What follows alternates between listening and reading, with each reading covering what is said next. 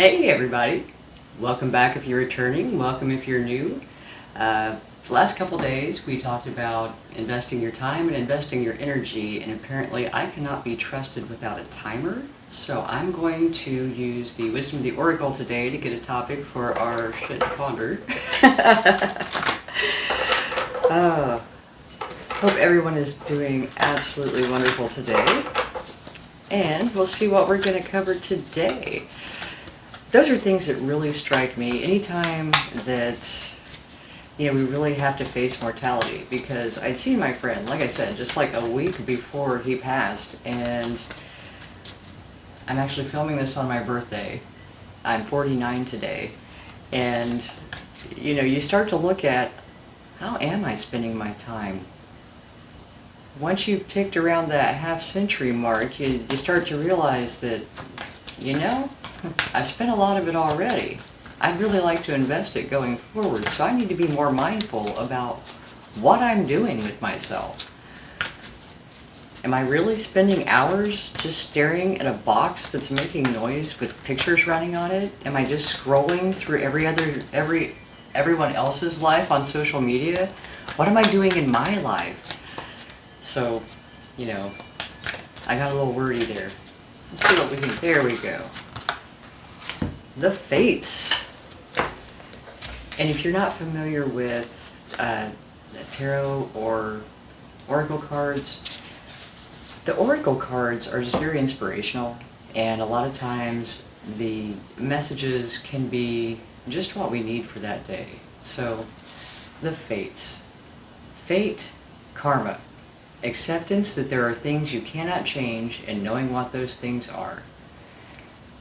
And there's the Serenity Prayer that I know many of you are probably familiar with. And I've talked a lot already about acceptance. And when it comes to where we invest our time and energy, this is actually very appropriate. There are things that we cannot change. And I have a 3-step method of determining whether or not I'm going to invest my time and energy in those things. The first question is, can I change it? And I'll look at the situation.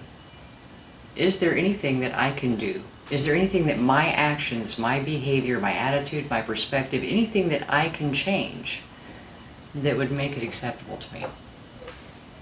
And if not, if there's nothing I can actually change, can I accept it? Can I just suck it up and accept it without insulting myself, selling myself short, putting myself in a situation that's going to be continually uncomfortable, because that's a lose-lose scenario. And if I can't change it, and I can't accept it, can I walk away from it? Most of the time the answer to that is yes. However, in order for us to walk away from what we know, what's comfortable, a lot of times we have to go through a period of growth. Growth. Oh, so rewarding and yet so hard. It's just hard. Because those are the moments where we have to face our insecurities. We have to face our perceived shortcomings. We have to ask more of ourselves than we've been able to deliver before, which is how we grow. And I truly believe that is why we are met with these situations in our lives where we come to a moment where we realize, I don't belong here. I'm not happy here. This isn't working for me. But then we have the cost sum fallacy of, but I've worked at this job for 10 years. I'm vested. I've got my 3 weeks vacation. I hate to throw that time away. It's already gone. You're not going to get it back by staying in a position where you're miserable. And if anything, you're going to lose time off the end of your life because you're going to make yourself sick trying to.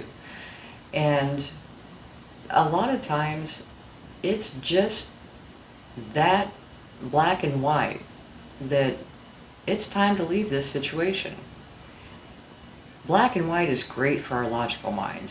But when it comes to our emotions, when it comes to our wounds, maybe you worked there 5 years and you didn't really like it and you decided you'd try something new. So you went to a different job.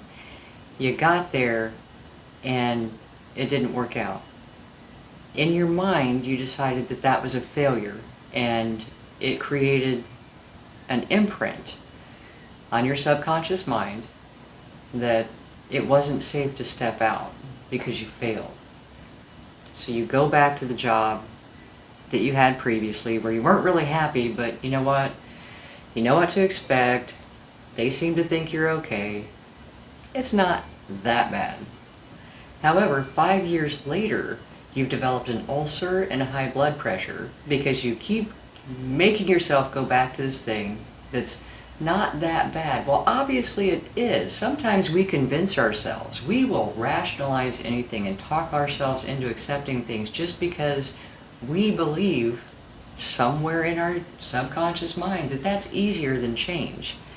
And yet, my personal experience has been, the more I try to rationalize and convince myself that something's okay, the more the universe will escalate the situation until either I'm on the brink of insanity trying to stay, or something so horrific happens that I have to leave. And I would love to say that I learned that many years ago. However, I just played that out this summer. Because it always comes at us in a different way. This time it's a relationship, this time it's a job, this time it's a hobby, whatever it is. The universe will come back to check and see if we're still stupid. And so far, I don't think I've let it down. I have been very consistent. And I will swear, man, I learned my lesson. I am so glad that I finally figured that out. And the universe comes back and, did you now? Did you figure that out? How about if we just tweak it a little bit and bring it back to, oh look, she is still stupid. And it's not stupid. It's not being stupid. It's that when we have a deep-seated belief or a deep-seated fear, we cut through it in layers. And each time we face it in a different way, we're getting to a deeper layer of healing it and letting it go. But boy, in that moment, can we not feel like a complete moron? Like, isn't this pretty much just what I went through last time? We're not failing. We're learning. We're learning and we're healing. And each time that happens, instead of beating yourself up, because that's our go-to, or at least my go-to, I think it's human nature to immediately start blaming ourselves and feeling down about, I can't believe I didn't see that. How could I not see that? Well, you weren't supposed to. Not right away. Because that was the next layer that we pushed down far enough that we thought we dealt with it until that next situation comes along. And that's when fate steps in to show us that we still have room to grow. And then we generally are in a position where we have to take a step back and reevaluate. Is this worth my time? Is this worth my energy? Am I willing to trade my health to stay in what I perceive as a comfort zone, even though it's obviously making me very uncomfortable? If I listen to my body, that alone is telling me something's not right. And that's where dis-ease in our body can indicate that there is something in our lives that we need to address. A lot of times, it is our fuck distribution. We're giving away more energy than we have to people who aren't going to return it if we find ourselves in a similar situation.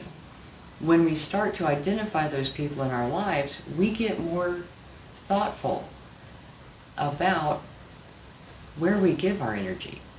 The same with our time.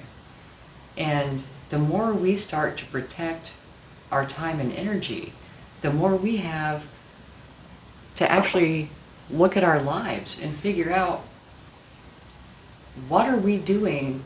Why are we staying here? What is the thing that we need to change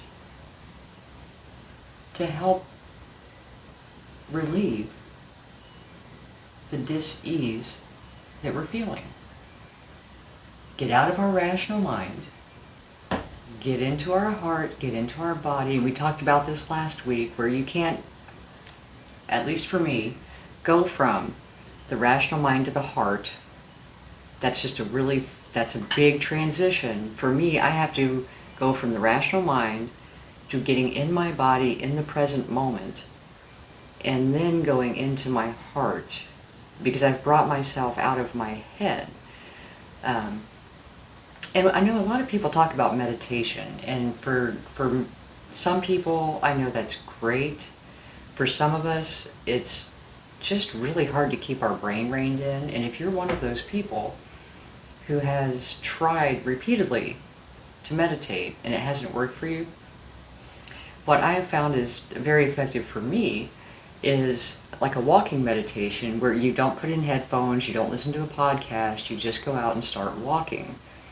And that motion is actually using up the energy that, when you try to sit still, keeps your brain firing. Because if you are wired like with ADHD or something of that nature, you're going to be moving something. And if you're not moving your body, you're going to move your brain. So I found that if I move my body, then I can get my brain to kind of chill out a little bit, especially if I go into a natural setting where it's just calm, it's peaceful. I can look at the things around me and really just get enveloped in my environment. That gets me in my body, it gets me present. If there's some dis-ease in your body, in your heart, in your mind, there's something that's just not right and you haven't been able to put your finger on it, try the walking. The walking meditation can sometimes really just, as you're walking around and your brain is finally calming down, it comes to you. It clicks. And another one that works really well for me is driving.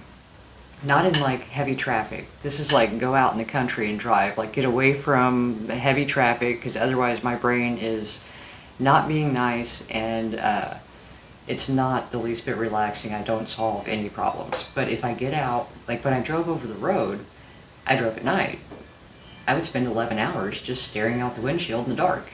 Well, oddly enough, that's when I had my first awakening, because I was finally alone with my brain, and we got some things worked out. But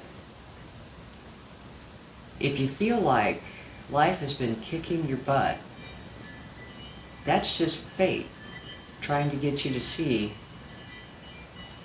there's something else. Something that needs to be addressed, something that you need to really analyze. Is this giving to my life? Is this feeding me? Or is it sucking me dry? And what can I do about it? Can I accept it? Can I change it? Can I leave it? It's pretty much our only options. So, I hope that helps. Thank you so much for joining me today. Hope to God this video is a little shorter than the last two. I kind of got on a roll. My apologies. I want to respect your time. And I hope you have a fabulous day. I'll talk to you soon.